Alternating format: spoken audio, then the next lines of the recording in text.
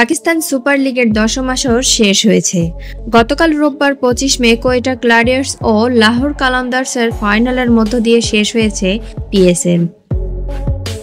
Tournament জয়ের trophy হাতে শাহিন শাহ আফ্রিদির বিজয়ের মুখ, পাশে উল্লাসে ফেটে পড়া সতীর্থরা। এমন ছবি ধরা পড়েছে 2025 পাকিস্তান সুপার লিগ ফাইনালের শেষে।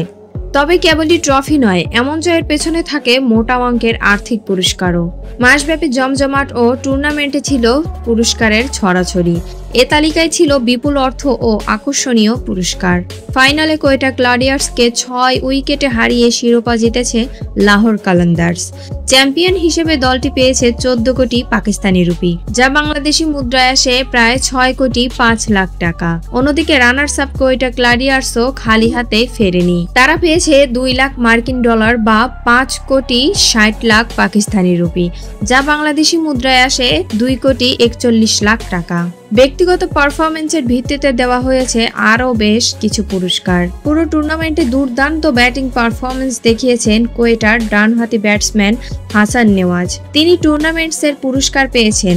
399 রান করা নেওয়াজ পেয়েছেন 30 লাখ পাকিস্তানি রুপি এবং একটি বিদ্যুৎ চালিত গাড়ি BYD সিল মডেলের। এখানেই থেমে নেই নেওয়াজের প্রাপ্তি। টুর্নামেন্টের সেরা ব্যাটসম্যান হিসেবেও তিনি পেয়েছেন আরও 35 লাখ রুপি।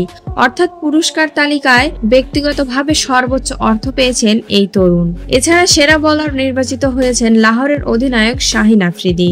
তিনি পেয়েছেন 35 লাখ রুপি।